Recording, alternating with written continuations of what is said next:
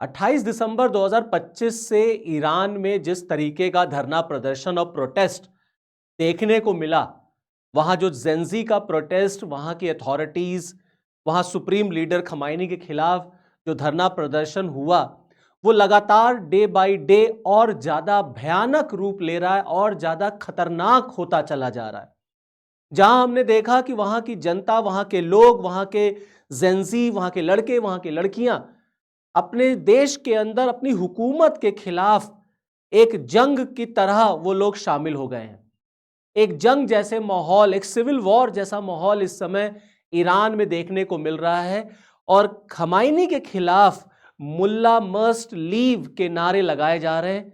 वहां के लोग सत्ता परिवर्तन चाहते हैं, रिजीम चेंज चाहते हैं। अब इसमें अमेरिका का कितना हाथ है, कितना हाथ नहीं है, दैट्स अ डिफरेंट थिंग।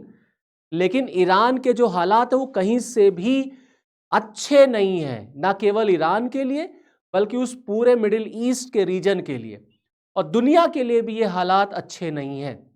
जो खबरें निकल के आ रही हैं वो तमाम बड़े बड़े न्यूज़पेपर्स ये शो कर रहे हैं कि एक नहीं, दो नहीं, बल्कि 2000 से ज्यादा, लगभग 2000 लोग अब तक इस पूरे प्रोटेस्ट में मारे जा चुके हैं। 2000 से ज्यादा लोग, और ये कोई छोटा मोटा नंबर नहीं है।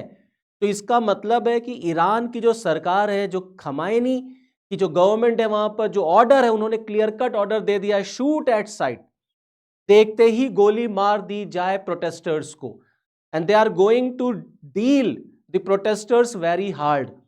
तो ईरान की सरकार ने भी अपने मंशे एकदम क्लियर कर दिए हैं कि हम किसी भी तरह से इन प्रोटेस्टर्स पर रिहाई नहीं बरतेंगे, हम इनको बिल्कुल भी सॉफ्टली डील नहीं करेंगे, हम इनके साथ सख्त से सख्त कार्रवाई करेंगे और गोली मार देने के आदेश तक वहां पर सरकार ने दे दिए हैं। अमेरिका भी लगातार ईरान के ऊपर यह दबाव बना रहा है कि अगर ईरान ने कोई भी बल का प्रयोग किया तो अमेरिका हेसिटेट नहीं करेगा हिट करने में। लेकिन अमेरिका कहां है? ईरान कर तो रहा है, ईरान कर तो रहा है। अमेरिका का वो वादा क्या हुआ जो अमेरिका ने ईरान की जनता से किया था कि तुम इस तरीके का प्रोटेस्ट करो और हम तुम्हारे साथ हैं? जो इजराइल ने वादा किया था ईरान की जनता के साथ, तो अमेरिका और इजराइल कहां है? क्योंकि अब जो मैं आपके साथ बताने जा रहा हूं, जो बात आपके साथ मैं डिस्कस करने जा रहा हूं दोस्तों, वो बहुत चिंताजनक है, वो बहुत बड़ी बात है। जब मैं ये वीडियो शूट कर रहा हूं, जब तक आपको ये वीडियो मिलेगा तब तक हो सकता है कि ईरान में पहले प्रदर्शनकारी की, पहले प्रोटेस्टर्स, पहला प्रदर्शनकारी, मतलब जितने प्रदर्शनकारी उसमें से पहले प्रदर्शनकारी को हो सकता है वहां पे फांसी दे दी गई हो। क्योंकि इरफान सुल्तानी नाम का ये जो लड़का है, इसको फांसी दे देने के आदेश जारी कर दिए गए हैं और इसको पब्लिकली, इसका एग्जीक्यूशन होगा, पब्लिकली इसको हैंग किया जाएगा, ताकि लोगों के मन में एक सरकार के खिलाफ, एक सरकार को लेके जो एक अथॉरिटी का जो डर होता है वो बैठे। तो वहां की हुकूमत ने, वहां की अदालत ने ये तय कर लिया है कि इसको हमें फांसी दे देनी, हो सकता है क्रेन पर इसको पब्लिक पे, चौराहे पर, बीच चौराहे पर इसको फांसी दे दी जाए इरफान सुल्तानी को। अब वहां पर इसके फेवर में, इस लड़के के, 26 साल का ये लड़का है, इसके फेवर में अब वहां पर लोग और ज्यादा लोगों से अवेयर, लोगों से बातचीत कर रहे हैं कि हम सब मिल करके इसके लिए जो है लड़ाई लड़े।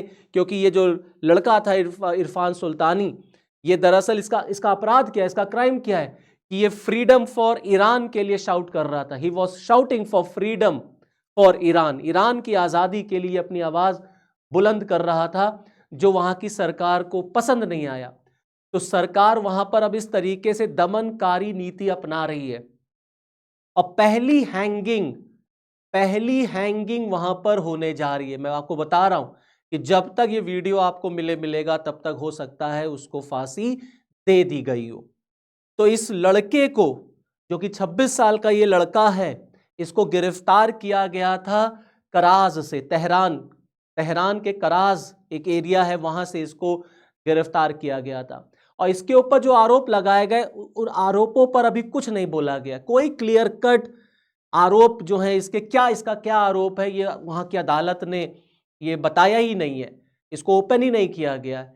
और 12 तारीख को इसको अरेस्ट किया जाता, 14 जनवरी को इसको फांसी देने के आदेश दे दिए जाते, मतलब 2 दिनों के अंदर, विद इन 2 डेज सारी सुनवाई हो गई और इस लड़के की कोई बात नहीं सुनी गई, इसके परिवार वालों को इसके केस की फाइल नहीं देखने को मिली। इसकी जो सिस्टर है वो खुद लॉयर है, इसकी बहन खुद वकील है, लेकिन इसकी बहन को भी ना इससे मिलने दिया गया, ना इसके केस की फाइल दी गई, और सब वन साइडेड, एक तरफा फैसला ईरान की सरकार ने, ईरान की अदालत ने लिया कि इसको फांसी पर लटका दिया जाए।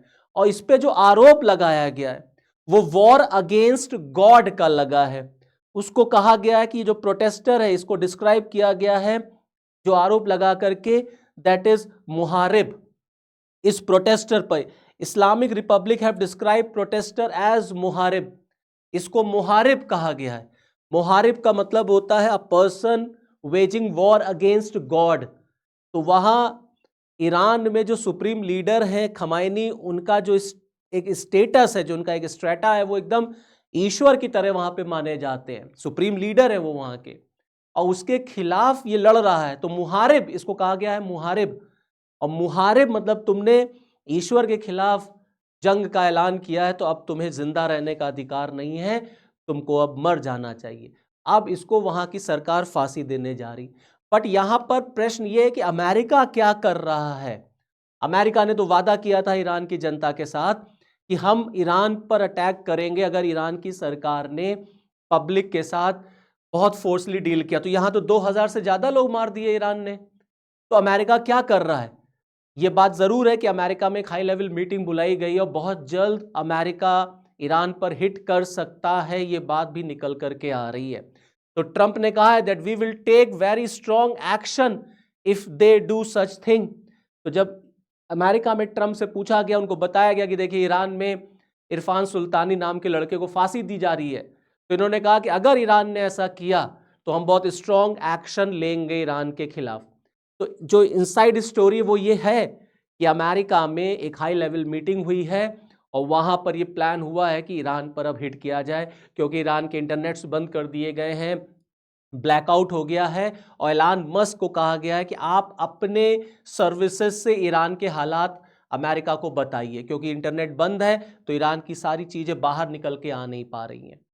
तो कुल मिला करके इस तरीके के हालात ईरान में हैं। आप देखें, चाइना के बाद, चीन के बाद अगर सबसे ज्यादा फांसी किसी के यहां दी जाती है तो वो ईरान है।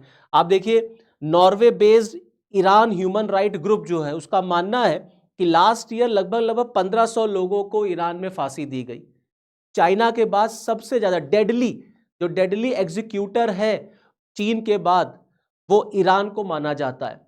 तो अब यहां पर जो ये फांसी की बात आ रही है, इसमें कोई बहुत सरप्राइजिंग नहीं है कि ईरान फांसी पर उस लड़के को, इरफान सुल्तानी को फांसी पर लटका दिया जाए। तो कुल मिला करके अमेरिका ने भी, अमेरिकन गवर्नमेंट ने भी अपने सिटीजन्स को ये कह दिया है, ये एडवाइजरी जारी की है, जस्ट लीव ईरान नाउ, जल्द से जल्द ईरान छोड़िए। जितने अमेरिकन ईरान में रह रहे हैं उनसे कहा गया leave Iran as quickly as possible, इससे पहले कि हम आपकी हेल्प करें, आप ईरान छोड़ दीजिए। और ट्रंप ने बोला है ईरान के लोगों से कि दी help is on it's way, help आने वाली है, हेल्प पहुंचने वाली है।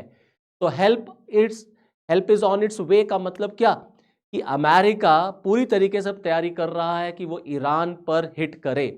तो आने वाले दिनों में मिडिल ईस्ट के लिए बहुत बुरे दिन आने वाले हैं, क्योंकि अमेरिका और ईरान में अगर जंग होती है तो इस पूरे रीजन की स्टेबिलिटी, पीस, इकोनॉमिकल प्रॉस्पेरिटी के लिए बिल्कुल ठीक नहीं होगा। और जाहिर सी बात है कि पूरी दुनिया में एक तरीके से एक जंग और देखने को मिलेगी। तो जल्द से जल्द ईरान की सरकार को इसे सॉल्व करना चाहिए, जिससे ये चीजें और ज्यादा एस्केलेट ना हो। तो this is all from this video. Next video में आपके साथ फिर मिलूंगा, तब तक के लिए जय हिंद।